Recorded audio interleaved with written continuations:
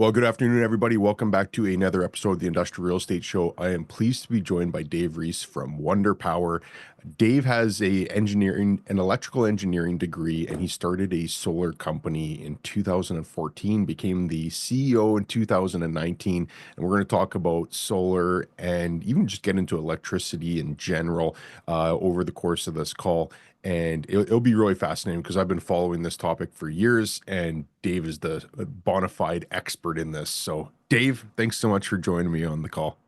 Thanks, Chad. Awesome to be here. I did some homework, and I know you've talked about solar on the show before, so excited to get into it in detail. Yeah, I'm a layman with an interest is probably the best way of describing myself on it. I'm not an expert in it, but I've dug into it enough to be dangerous and to be able to ask the right questions. And the reason that I think that this is such a fascinating topic is uh, we were running into this curve of really fast growing demand for electricity, and the power supply itself has been relatively constant. If anything, there's no plans for new nuclear facilities, at least talking in North America.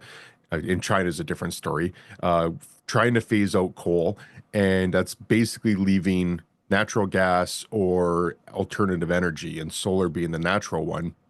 It just makes sense to me that with all the industrial buildings out there, with the roof space being basically underutilized or not utilized at all beyond the sole purpose of the roof, that just seemed like a really good opportunity in my mind to put solar on the roofs and supplement the power.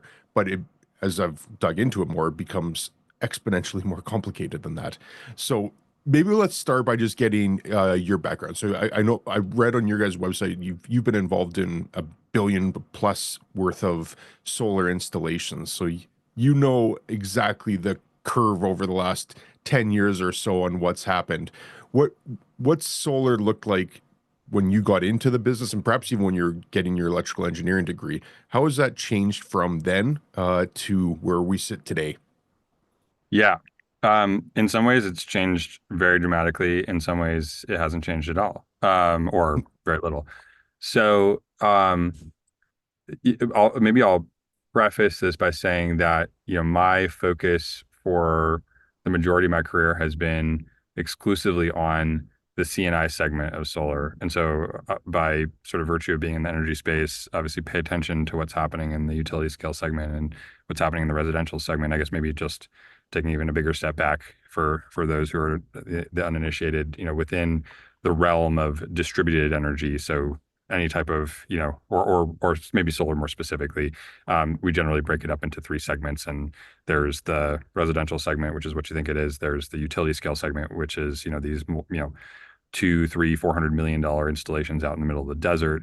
And then there's what the industry has for a long time called the CNI segment, which is strictly speaking defined as not utility scale and not residential. So it's quite broad, and it spans sort of the entirety of everything that sits in the middle, including municipality-based systems, schools, hospitals, but then of course the CNI stuff that we tend to focus on, which is a little bit more of the industrial logistics, warehousing kind of character of properties. We do a few other segments as well.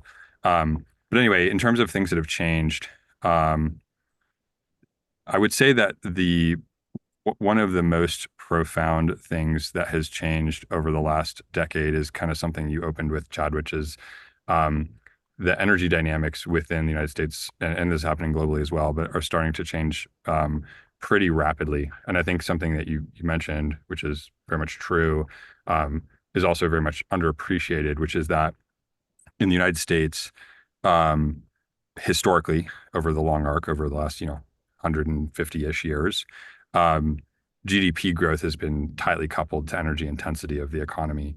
And that's also sort of carried over to electricity intensity specifically. Obviously, electricity is simply a subset of energy more broadly. And over the last, 2 to 3 decades or so, that that binding has become like a lot less profound, certainly within electricity, where we've seen we've seen, pretty consistent economic growth, but we've seen much lower levels of energy demand growth. And that is a dynamic that is changing right now. And there's a lot of talk about the fact that we are consuming more electricity. We're expected to consume more electricity as a nation over the next, decade plus. We could talk about sort of where some of those, what some of those sources and uses look like, but fundamentally, that is a really profound shift. And a lot of the actors in this market, whether you're talking about regulators or you're talking about utilities or you're talking about infrastructure investors, have really come of age in a market where electricity demand growth is basically not really a thing, or is very, very modest, or is maybe relegated to specific sort of load centers. And now that's starting to shift, and I think it's going to cause a lot of knock-on implications that I think are really relevant for folks in the industrial space and stuff that has come up on, I think, podcasts previously. Access to power, for example, some of these large, more energy intensive properties is a factor when maybe 15, 20 years ago, it was much less so, or it was much more predictable, your ability to access that sort of power. So one of the things that's changed is that macro. Kind of going more specifically to solar itself, there's a bunch of things that have changed, but I think one of the things that I'll highlight is that there's a relatively much higher level of sophistication now with respect to how capital can be flowed into these commercial scale energy assets. When we started the business back in 2014, I can talk more about sort of how the business has evolved over the last 11 years. But when we started the business, we were overwhelmingly focused on providing financing. We are now essentially a service provider to commercial real estate, and we are providing turnkey energy solutions. Part of that is financing, but the original version of the business, we were really financing third-party systems. And at that time, you really couldn't have a conversation about solar energy infrastructure in a commercial setting without really talking about investment grade credits. And so a lot of what was happening was the stuff that kind of shows up at the top of the sort of if you look at some of these reports in terms of firms that are front runners as far as deploying on-premise energy infrastructure. It's like Walmart, Target's up there. Facebook is a big name on that list, Google. And so that sort of reflected a lot of what the early kind of era of investment was supporting, which was these investment grade backed systems. And I can kind of double click on that if it's helpful in terms of what that means from a deal structure standpoint. But anyway, suffice it to say that a lot of the capital that was flowing was requiring that whoever was paying for the energy revenue carried an investment grade rating. And that's just fundamentally not a scalable way to finance this market because, as we know, as anybody who leases property knows, it's wonderful if you can get an investment grade tenant, but there's a lot of very high quality businesses that comprise the U.S. economy that are, that don't carry a rating, whether that's because they're privately held, family owned, whatever they might be. It can be great tenants, but they may not have an investment grade rating per se. And so, anyway, when we started the business, we recognized Right.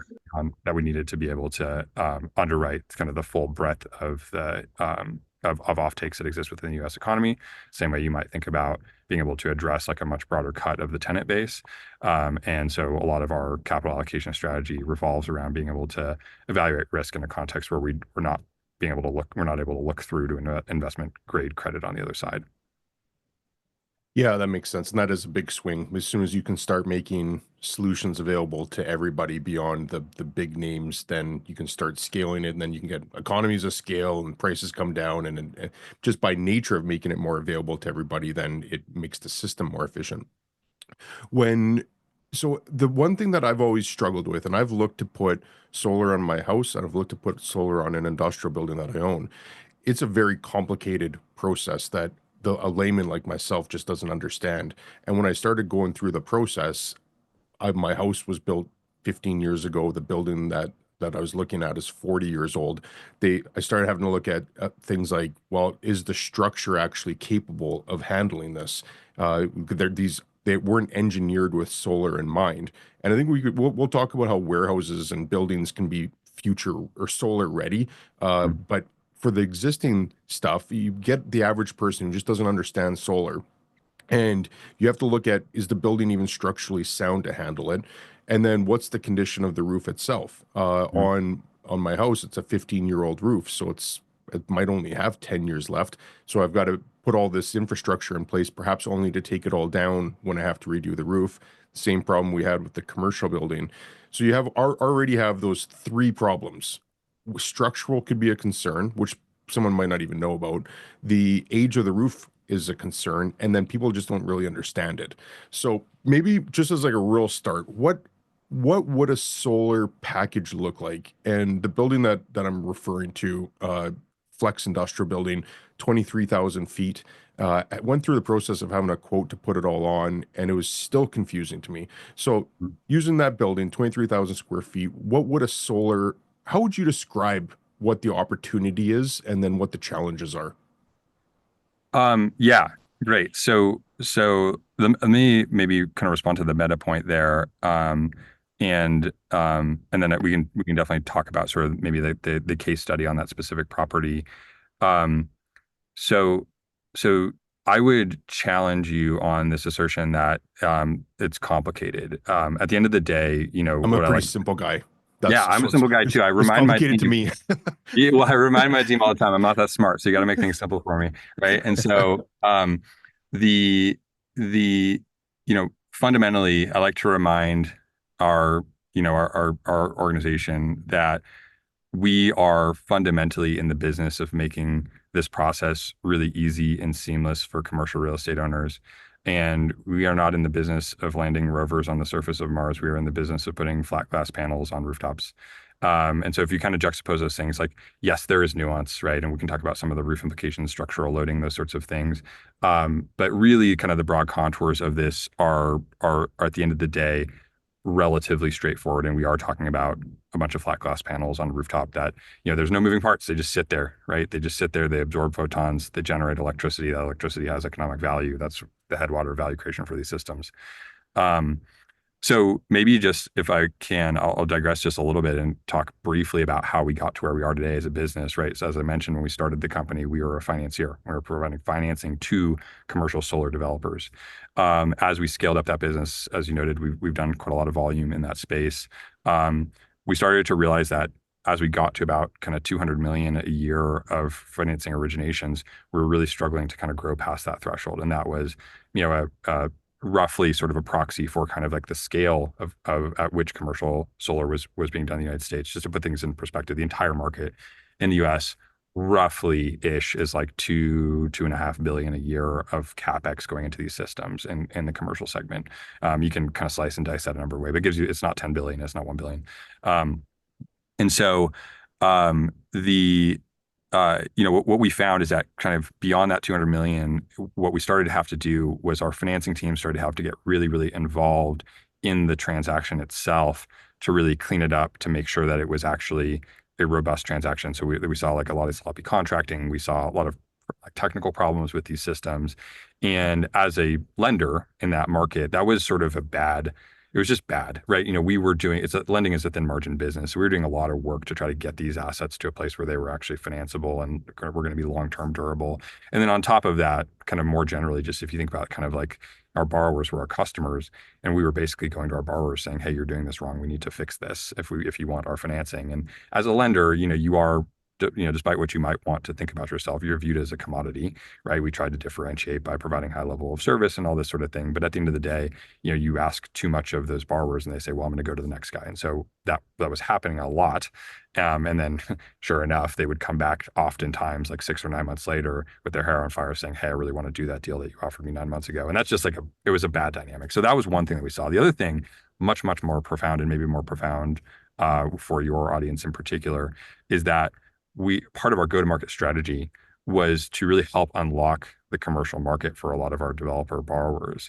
And our goal was to sort of enable them to sell into, we know that most commercial real estate is institutionally owned. And so we wanted to help them sell into commercial portfolios, basically land and expand, establish a pilot program, do 2, 3 projects. And then we wanted to be there to finance the next 10, 20, 50 projects.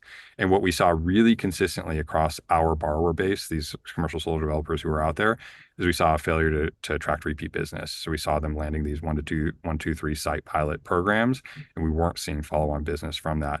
And so both of those things, both the transaction quality issue and the lack of follow-on business, led us to a place where we really believed emphatically that we need to get closer to the ultimate customer to actually control that customer experience.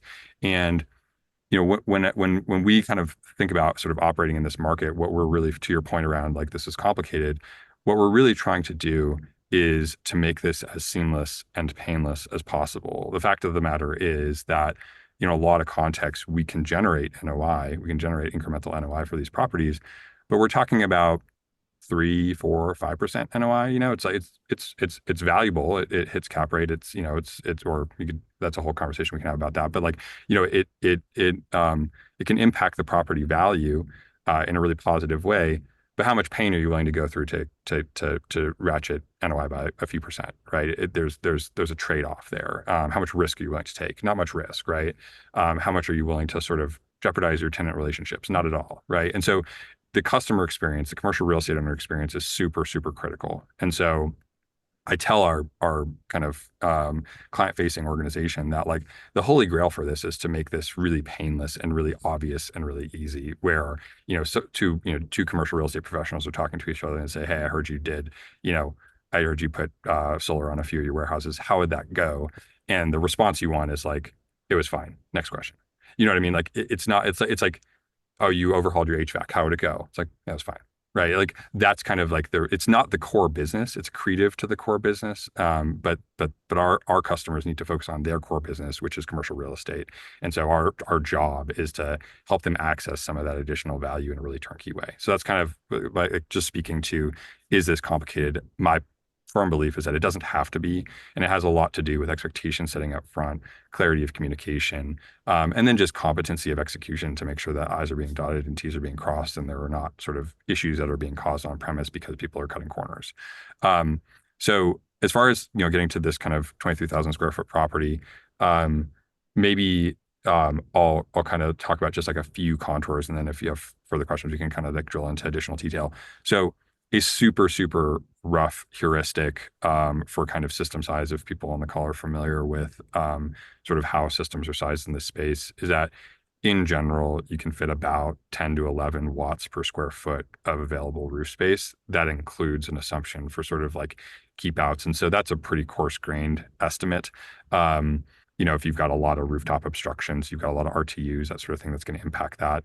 That heuristic also sort of breaks down at the larger kind of multi-million square foot property size, because you end up just having, the setbacks on those properties just end up being less impactful. And so it ends up being closer to 15 or 16 watts a foot. But if you want sort of a rough ballpark number on like a 23,000 square foot property, you're talking about something probably in the range of, 150 to 250 kilowatts is kind of roughly the size of system that you would fit on something along those lines. To your point, one of the first things that we look at is the structural capacity of the building. In general, for cost optimized systems, we need something in the zip code of about 5 PSF of excess roof capacity in order to place a system. There are other options that we can pursue, but the 5 PSF is sort of a good rule of thumb. What that enables us to do is to deploy a largely ballasted system. Ballasted systems are what they sound like, where they are basically attached to the roof through weight, right? So most of the sort of way in which the system is held onto the roof is simply it's literally racking that sits on top of your TPO or your membrane, and then it's got a slip sheet in between the footings for the racking and the membrane, and then you literally have it ballasted with basically concrete blocks that are spaced out throughout that distribute that weight throughout the array, and there's obviously other considerations. For example, like wind loading tends to require some attachments at the perimeter of the system where you've got potential uplift from wind. So, but these things it's pretty well understood how you engineer these things to not fly off the roof. It's not rocket science. And so, 5 PSF is sort of a good heuristic. If you're coming in at 2 or 3 PSF, we can generally still address those opportunities, but either we'll need to look at structural reinforcements of some kind, which tend to be cost prohibitive, or we'll look at sort of a more heavily attached system, which allows us to eliminate a lot of that ballast, which just reduces the weight loading on the property. Penetrations, probably it's a worthwhile digression quickly. Penetrations used to be a real big problem for C&I solar. The penetrations that we use today are very tried and true. So it's the same type of strategy that you would use to essentially affix like an RTU or an air handler or something like that to your roof. It's these things are sealed. We'll use a strategy that is endorsed by the roofing manufacturer. So we have the roof inspected prior to install, then we install, then we bring the roofing manufacturer back out to reassert the warranty and ensure that everything that we've done has been installed in accordance with their spec. Like Carlisle, Gaff, like these different roofing manufacturers have different specs that they want us to use in terms of how we should be sealing those footings. But at this point, it's all pretty tried and true. And again, as long as you're dotting those I's and crossing those T's, it's generally not a problem. We've had zero roof leaks in our fleet so far. And I think that's going back to one of those things about, making this painless, making this sort of an easy yes for commercial real estate owners. One of the things that I think has been really problematic in our market over the last decade, and again, one of the reasons why we've evolved the business in the way that we've evolved our business, is that there's been a structural misalignment of incentives within commercial solar broadly. So just quickly on this, in general, what we've seen historically is that developers who have been, out in market talking to commercial real estate owners, sourcing these transactions, sometimes building those transactions, oftentimes are not the long-term owner of those systems. And so they oftentimes, at the point of energizing the system, will sell that to a financial investor. And that financial investor will have some operator who will be responsible for operating that asset. But you can see right immediately, if the person who is responsible for building this thing is basically paid out economically at the time that this thing is energized and it's supposed to sit on the roof for 25 years and not cause problems for the building, there's really not a strong incentive for them to dot those I's and cross those T's to make sure that that system is not going to interfere with the building in deleterious ways, or is not going to cause problems for the tenant or what have you. We don't exit our transactions. We are the long-term, we are originator, we are builder, we are long-term owner. And that's really, a critical piece for us in terms of maintaining that strong incentive alignment so that, we are kind of locked arm in arm with whoever that long-term property owner is, to ensure that we've got good outcomes. Switching gears back to kind of like your case study, the other stuff just super quickly, and we can get into whatever details you want to. The other sort of like essential components that you really want to be thinking about from kind of a structuring standpoint is really energy monetization. How is that happening? And so there's a range of different strategies that we use in different markets. One of our favorite strategies is a community solar strategy, where we're basically selling power offsite.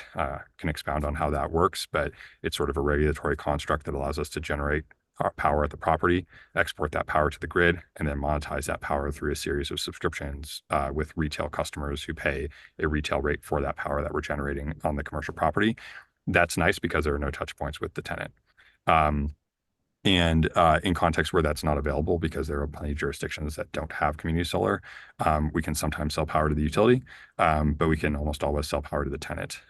In the industrial setting, obviously power dynamics kind of vary pretty wildly. You've got really low power intensity sort of warehousing applications, and then you've got cold storage or other types of applications that are really energy hungry. In the energy hungry applications, we tend to be able to maximize rooftop utilization in context where you've got a much lower level of energy intensity on premise. In that case, we would generally limit the system size to whatever the needs of that property are, given sort of what the use case is for that property. It well explained. And just even diving in, because I want to get into the numbers a little bit, because that's definitely an area that I don't have a fully good understanding on. But even before that, if you're generating the electricity on the solar, you need to bring that in. Do you invert it? Because that comes in as DC. You need to eventually invert that to AC to be used inside the building. Do you invert it before you put a battery in place, or do you put a battery in place? How does that system work once you've actually generated the electricity? Yeah, great question. Yeah, so that you're correct. So energy is generated by the PV panels on the roof in the form of DC. It is routed from the modules, we call them, so the solar panels, to a bank of inverters, which are responsible for converting that power from DC to AC. We tend to have, for a number of reasons, sort of, it obviously depends on the system size, but we tend to have sort of many inverters rather than, a small number of very large inverters for some optimization reasons, but also from a resiliency standpoint. And then all that AC power is basically combined up and then fed into whatever we call it the point of interconnection, but it's the point at which that power is basically fed into sort of the recipient piece of infrastructure. in a context where we are delivering power to the tenant. The point of interconnection would essentially be behind the power meter. So we would essentially have a piece of switchgear. So it'd be a junction box that essentially taps that system straight into the building power system. And in effect, what happens is that as the tenant consumes power, they consume power first from the rooftop system, and then any excess need that they have is supported by the grid. In the event that the system is producing, but the tenant is not consuming or is not consuming all of that power, then that power tends to be exported back through the meter. So basically, the meter would run backwards in that context. That happens pervasively in a residential setting because most of your generation in a residential setting happens during kind of low consumption hours. Your consumption peaks are in the morning and the evening in a residential setting. That's not true in commercial. And so we tend to not lean super heavily on net metering or grid exports. But it definitely is a factor, certainly, for 5-day a week type operations or operations that have sort of kind of intermittent power demand or what have you. So that's the behind the meter setting. The other context that I talked about, which is kind of the community solar context, which is pretty common, or the feed-in context where we're selling directly to the utility. That's an environment where we would have a second meter installed, and so the energy system that we're deploying on the commercial property would actually be electrically isolated essentially from the building system. And so it connects grid side. So essentially all of the AC power comes off of the system, gets aggregated behind, one or potentially several revenue grade meters that are installed by the utility. And then that's fed directly back into the utility distribution infrastructure. As far as batteries go, batteries are still very, very expensive, is the fact of the matter today. I think this is something that everybody should sort of like be keeping their eye on. There are a couple of sort of specific markets, places within ERCOT, a couple places within New York where, batteries can really add a lot of value. But I think it is still fundamentally very early days for storage. I think that's, going to be one of the major things that changes over the next 5 to 10 years. I think the pricing of storage infrastructure is going to come down. I think it's going to become much more viable for a much larger cut of commercial properties. But the reality today is that, the CapEx associated with deploying a storage system is still a little bit challenging it's a big number. And so it's a little bit challenging to sort of identify and, there's just a limited number of opportunities to generate sufficient economic value from a storage system to be able to justify the upfront capital cost of those systems. Yeah, and I want to explore that too. Shreya had a question that I just want to get to because I think it's applicable. And if anyone else has any questions, please put it in for Dave as well. The first one, he asked if you own the buildings, which I'm assuming you don't, but I want to get into how you actually structure the lease agreement with that. And then a follow-up question is, what's the minimum square foot required for rooftop solar panel setup? So let's start with I'm guessing you don't own any of the buildings. We do not. So do you, you'd have to enter into some agreement with the property owner Yep. to, oh, so this is Vish. He's on his daughter's account. Thanks for clarifying, Vish. Uh, what kind of agreement do you enter into then with the owner? Like, what does that look like? Is that just a 25-year lease on the building? That's right. So yeah, our typical structure. So I mean, actually, first thing I'll say is that we are structure agnostic, and so we do have some customers who want to essentially own these energy systems themselves, and for those customers, we'll simply build the system on spec for them. Um, and that is a differentiator. A lot of actors in market are in the business of essentially capturing value through the financing of these energy assets, and that's something that we provide financing to enable commercial real estate owners to capture value from energy systems without having to invest the capital necessary to actually deploy the equipment themselves. But we are structure agnostic. With that said, the overwhelming majority of our customers are, I'd say a healthy number are interested in direct ownership, but most of them are not positioned for that today. Their capital is formed and designed for commercial real estate, not for energy assets. And so tends to be a little bit off thesis in most cases, but in cases where that's not true, or where you got a family office who has idiosyncratic appetite simply because they have maybe some expertise in the domain or whatever it might be, we're happy to basically build these systems and transfer ownership, and then simply provide the long-term servicing. But to answer your question, our standard structure is a long-term lease And so what we'll do is we will essentially lease the rooftop. And I think it's important to recognize that like the rooftop lease is a little bit different from your typical tenant lease. And the key differences really are that we don't have sort of any type of significant presence on site. It's basically it's pretty akin to what you would sort of anticipate for like a cell tower, insofar as like we are deploying a piece of infrastructure, and that infrastructure is you know sitting there. We are we nominally will do inspections of that system once a year, and so we don't have sort of a lot of activity on site, and so it's a little bit different from what you would expect from a tenant lease. But in any case, we have a rooftop lease, and that really fundamentally is the value return mechanism to our commercial real estate owner.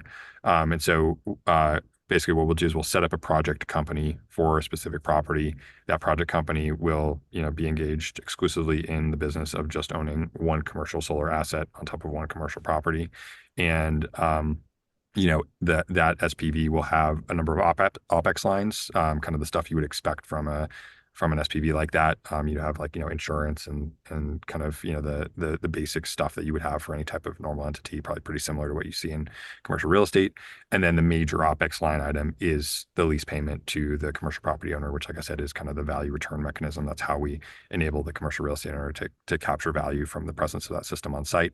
And then on the revenue side of that, SPV is, of course, energy sales. That's all the way in which the SPV creates value.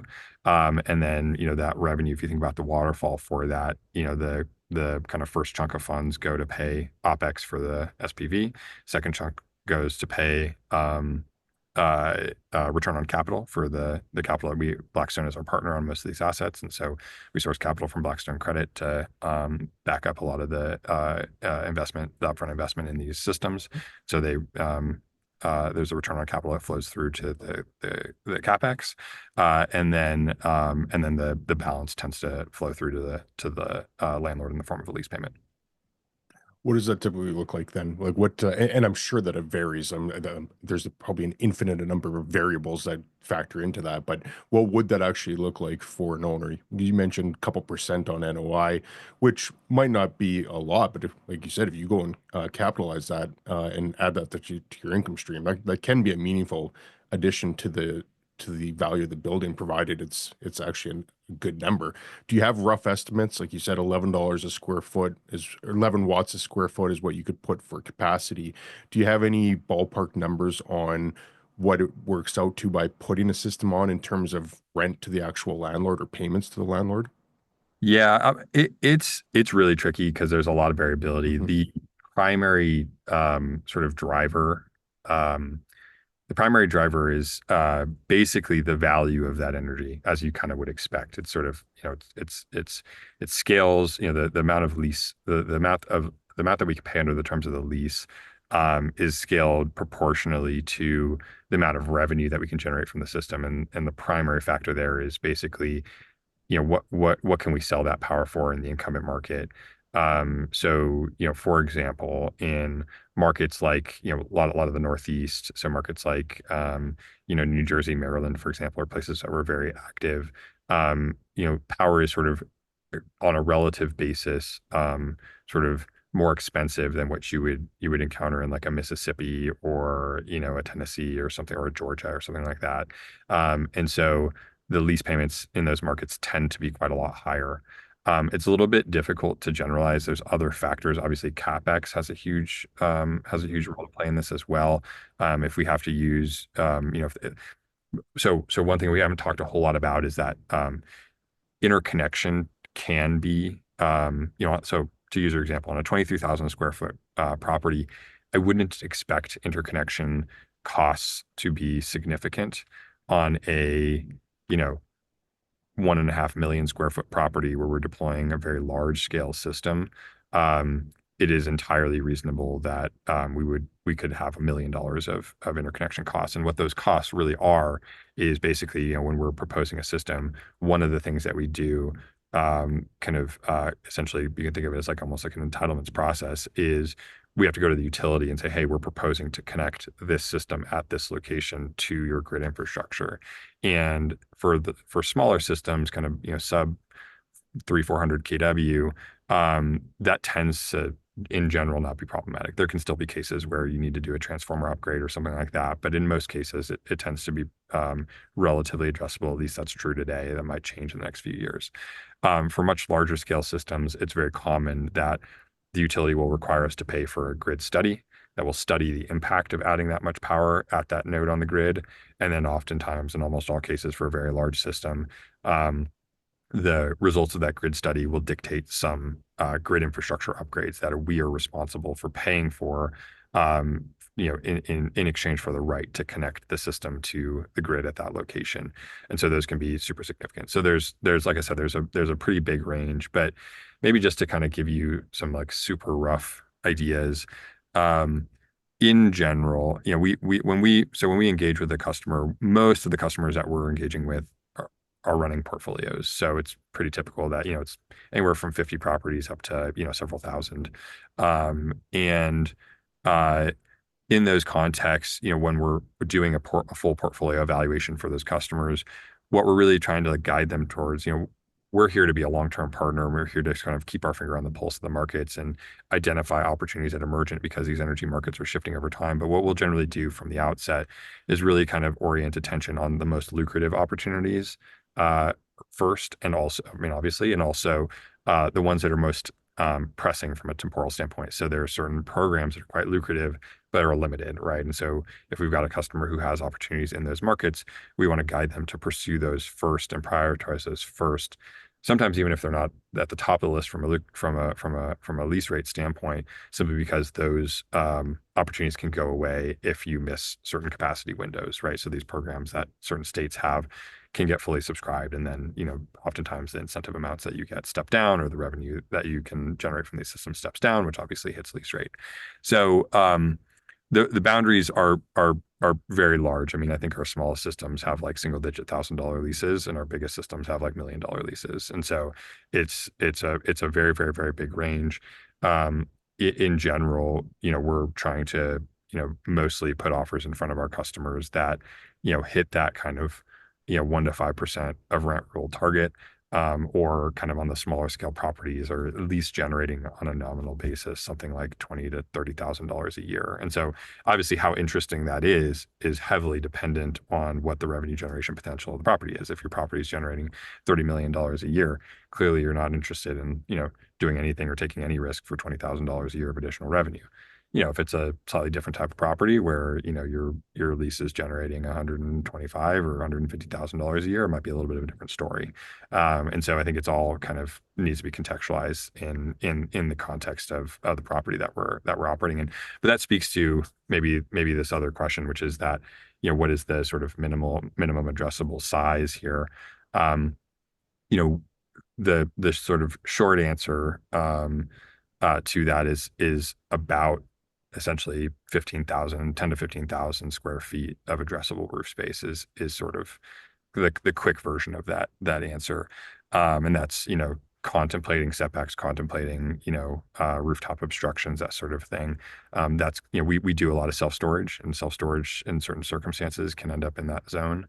And that's again one of the things that really drives sort of who we are and how we operate, is that our goal is to really service the breadth of the commercial real estate market. And in order to really pursue the very large opportunity that exists within commercial real estate, you got to be able to address quite a wide range of property archetypes, and that's something that we've invested heavily in developing the capabilities to support. So, that's true of property size. It's also true of property archetypes. So we do a lot of warehousing, we do a lot of logistics, we also do a lot of senior living, and so there's a few different archetypes that we pursue that tend to be pretty lucrative for our customers.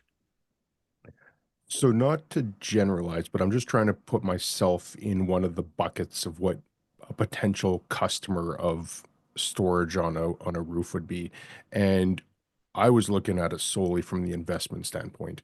So that's where I was at. I've got that lingering concern that we're gonna run into power issues down the road, but today the issue for today was, can I add some NOI to the building on this by putting it on there? I think that the other camps, and you can correct me or expand on it, I think the other camps, there's going to be one that are just very ESG focused, and they're going to say by putting solar on the roof, we can say to our shareholders and our stakeholders that we're taking steps towards reducing carbon and just being more ESG friendly. And we could put that into our shareholder reports. And I know that there are some large landlords that really pounce on that. So I think that'd be the other one. Then there'd be the other one that is probably thinking, well, let's just get ahead of this because power is going to be a problem down the road. So let's try to have something, and maybe this is a poor term, but off the grid because there's going to be that interconnection. But I think the intent is the same. Is that fair to characterize it that those are going to be like the three buckets of the customers you're chasing? And then I'd also guess that the majority are going to be ones looking for a financial return or the ones that are looking for ESG recognition. Yeah. Yeah. So that's basically right. I would probably modify a couple things. So first thing I would say is that it's pretty rare that we encounter somebody who isn't fundamentally economically motivated. I mean, we do have customers who have like a more, maybe they got like European capital or whatever, for whatever reason, they've got like a pretty kind of like explicitly laid out ESG strategy, and this is a big thing for them. And typically, that'll be a driver. However, they tend to still also be very indexed, as you would imagine, on the economics as well. So that ESG, like the pure play ESG, is something we don't see too much of. We see more of like, the sort of joint ESG economic motivation. And then of course we see a lot of just the straight economic motivation. That's kind of most of what we see. One of the segments that we've been really successful in is new build. And in new build, there's another dimension, which is entitlement. So a lot of jurisdictions are requiring solar on new construction. And so that's a place where we have a slightly different mode of engagement where we'll engage with OICs really early on and sort of help make sure that the property is being engineered or developed or built with appreciation for some of the very minor things that you can do up front to just reduce the capital cost of deploying these systems and increase, the seamlessness of it, right? Simple things like running conduit interior or, doing some trenching before parking lots are paved, like those sorts of things are very, pretty uninvasive, pretty low cost modifications to plan sets that increase sort of the ease with which you can deploy these systems, once the shell is completed.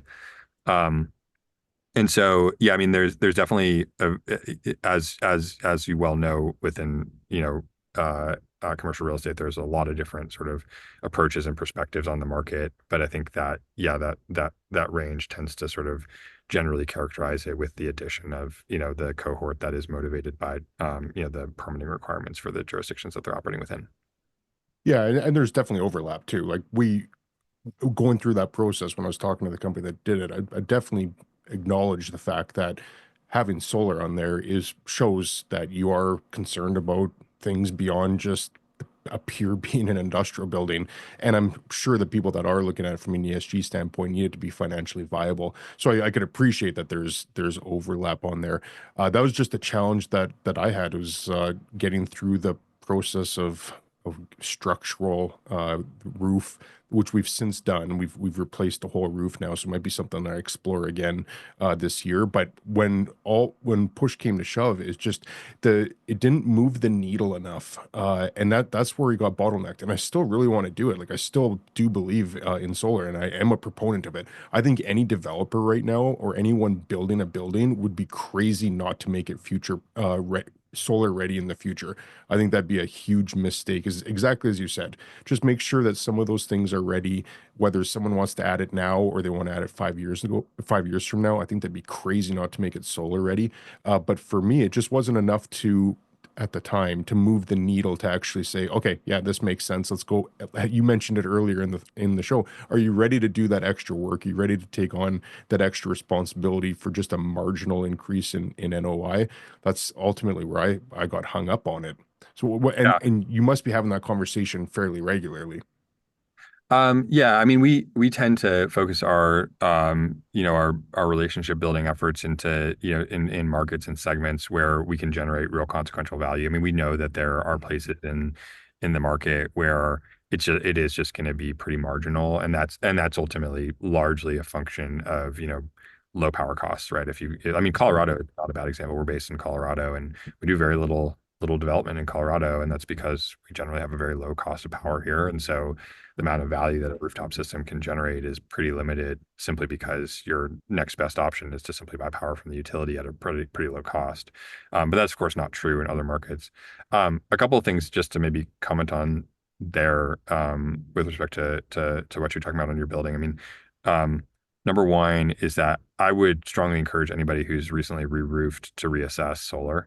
And very specifically, one of the things that I think is underappreciated right now is that a very significant cost kind of element that gets factored into the financial models for these energy systems is decommissioning and reinstallation in the context of a roof replacement. And so we install on a lot of roofs that are like, 8, 10, 15 years old.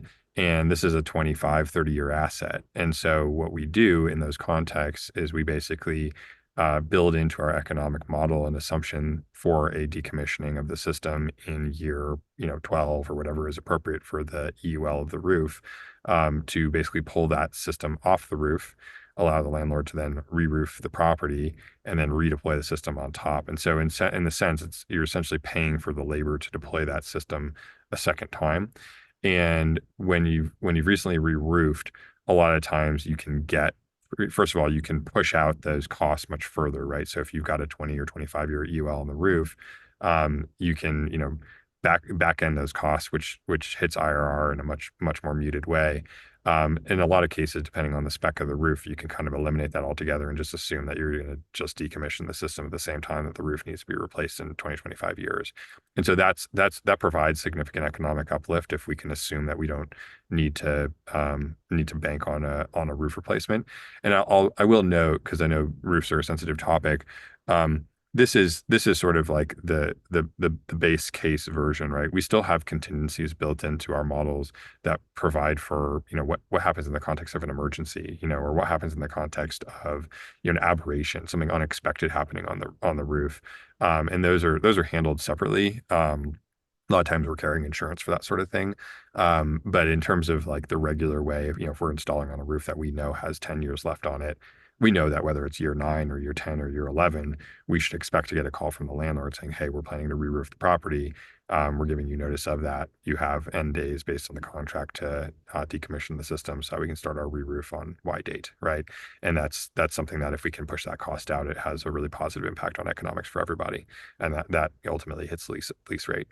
The other thing that I echo exactly what you said, which is that I think for anybody building new properties, it's really it's I think it's there's a little bit that you can do today to really increase the the kind of how smooth it is to deploy these rooftop systems, down the road. And so being solar ready is a relatively marginal cost.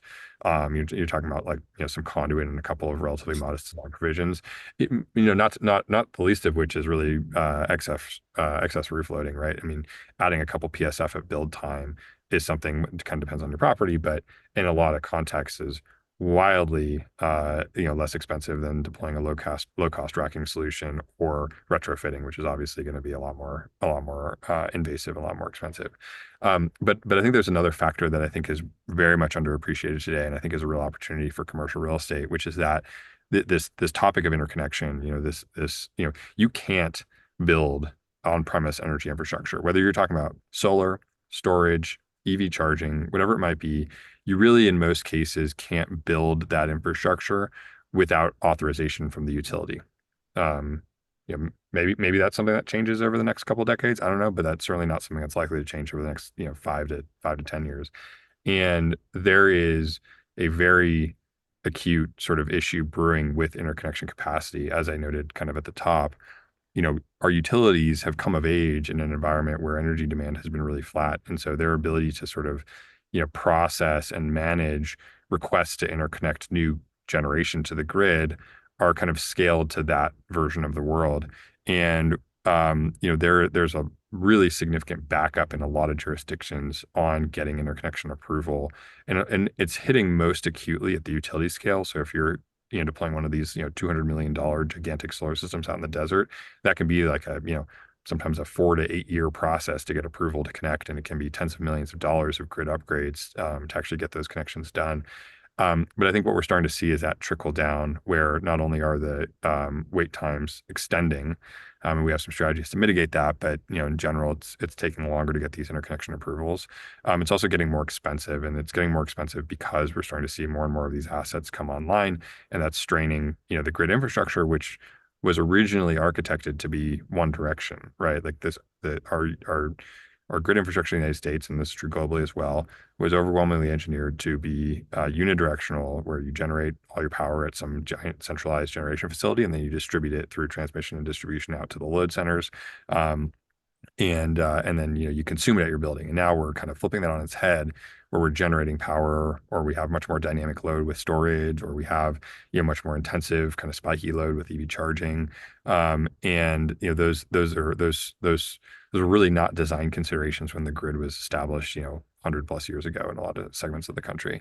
And so I think that there's the most savvy commercial real estate owners that I'm aware of are sort of operating with an appreciation for that, and are basically deploying systems in markets, for in large part to be able to get access to that interconnection capacity, with an expectation that the load that they might need to be able to accommodate in their property may well grow over the next decade. I mean, the thing that you do not, basically what I would say it this way. Right now, we kind of know which tenants are really aggressively selecting property based on energy availability. It's like data centers for sure, right? Cold storage for sure. It's, there may be some super energy intensive logistics operations, like fall into that category. There's others, but I think over the next 10 years, as electricity prices go up and as electricity availability goes down, I think the cohort of tenants that are going to start to select for properties based on energy availability, or at least as a factor, maybe the factor, it's certainly going to go up as a proportion. And so I think if you have, in my view, if you have exposure to that kind of archetype of tenant, it's really valuable to kind of head that off, because there is a period of time right now where you can get these large interconnections for your properties, which does enable you to upgrade services to from 2000 amp to 4000 amp or whatever it is, and basically having the right to do that could ultimately pay massive dividends as scarcity of energy availability becomes like a much bigger factor for tenants. So I think there's definitely some of the bigger logistics players are operating with an appreciation for that factor in certain segments of the market, and I think there's a lot of opportunity there, but it's sort of fleeting, because I think over the next 3 to 4 years we're going to see this interconnection problem get much more acute. Such a good tip, and I hope somebody's listening that takes advantage of that, because I couldn't agree more on everything you said. I think that is the biggest looming problem in the industrial real estate market right now. So somebody will get ahead of it. I have no doubt the big companies like Prologis and others like them are already well ahead of that. But somebody will take advantage of that, because I completely agree on that. I wanted to leave the last question for Vish here, because I think this just kind of sums it all up. Do you have a buy box requirement on what city? And Vish, feel free to jump in on this as well. Buy box requirement, or list that you like to have, or what markets you like to be in or pursuing. So we have a very broad buy box, and that's a byproduct of our effort to really service commercial real estate owners at scale. Our goal is to be able to support, large penetration into large portfolios, rather than kind of look at 200, 300 properties and say, hey, we can deploy systems on these three. So with that said, the kind of, off the cuff, some of the major states that we tend to focus on are in the Northeast, California. We're increasingly focused on opportunities in Texas, although that market's a little bit more wily, as one would imagine, given ERCOT and some of the dynamics present there. But there's Illinois is another market that we tend to focus on. On the East Coast, Maryland, New Jersey, New York, Pennsylvania. There's probably a few other, Connecticut, we do some work there as well. So there's a pretty broad range, but like I said, what we're really looking to do when we engage with a customer is develop a portfolio solution that works for them.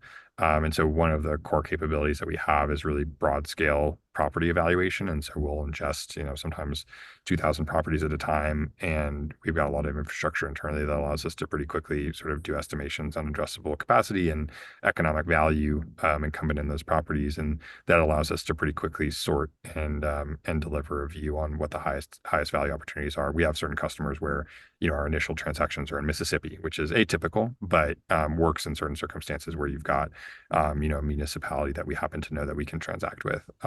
So I don't know how good of an answer to that question is, but there are definitely certain markets that are really, really challenging that we have yet to transact in. Wyoming, we have no deals in Wyoming. Arizona, strangely, is actually, despite all the sun, and New Mexico tend to be really challenging markets in a lot of contexts. But there's a big swath of the country, probably about, 20, 25 states that we are very active in and that we can eminently address, in the near term. I got to run, but Dave, thank you so much. I really appreciate your time, and this is the second time we've got to chat. So greatly appreciate you taking the time to come on here and explain this with us. I'll leave contact information and where people get a hold of you in the show notes. But yeah, just really did want to thank you for your time. Awesome. Thanks, Chad. Thank you.